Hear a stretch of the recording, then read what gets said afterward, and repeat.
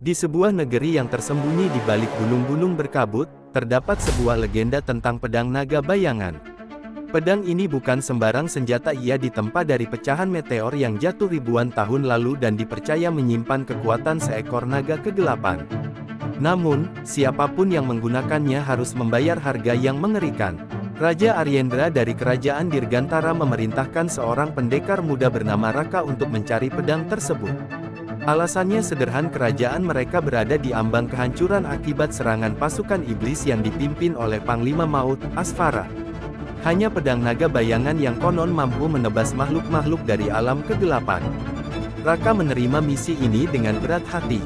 Ia tahu bahwa banyak pendekar sebelum dirinya telah mencoba menemukan pedang itu, tapi tak ada yang pernah kembali. Dengan pedang pusaka miliknya dan keyakinan yang membara, ia pun memulai perjalanan menuju Gua Angkara, tempat di mana legenda mengatakan pedang itu tersembunyi. Setelah melewati hutan penuh jebakan, mendaki tebing yang curam, dan melawan pasukan bayangan yang muncul dari kegelapan, Raka akhirnya tiba di mulut Gua Angkara.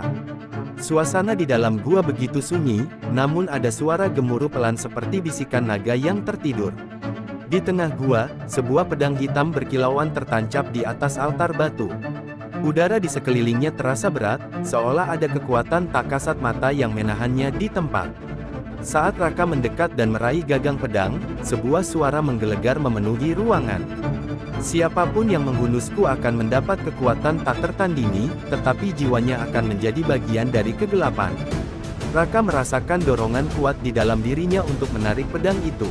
Bayangan naga berkelebat di dinding gua, dan sesaat sebelum ia sadar, tangannya sudah mencengkeram gagang pedang erat-erat. Begitu pedang tercabut, kekuatan hitam menyelimuti tubuh Raka. Matanya bersinar merah untuk sesaat, dan ia bisa merasakan amarah serta kebengisan mengalir dalam darahnya. Ia hampir kehilangan kendali, tetapi dengan tekad kuat, ia berhasil menahan kutukan tersebut. Namun, sesuatu telah berubah dalam dirinya.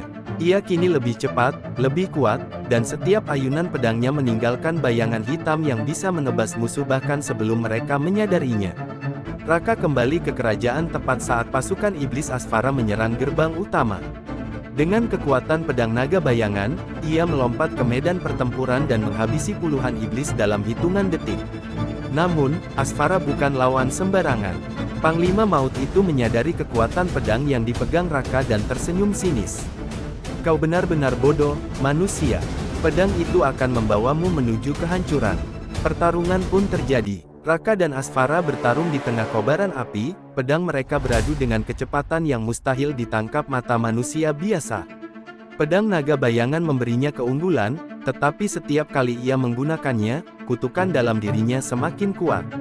Pada akhirnya, Raka berhasil menebas Asfara, membelahnya menjadi dua dengan satu tebasan yang menghancurkan.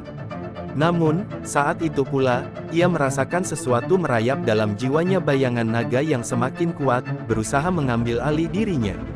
Setelah pertempuran usai, Raka berdiri di puncak menara istana, menatap pedang yang kini menjadi bagian dari dirinya. Ia tahu bahwa meskipun telah menyelamatkan kerajaannya, ia tak akan pernah bisa kembali menjadi manusia biasa. Malam itu, di bawah cahaya bulan, Raka menghilang ke dalam bayangan, meninggalkan legenda baru tentang seorang pendekar yang telah menyelamatkan dunia, tetapi membayar harga yang tak terbayangkan.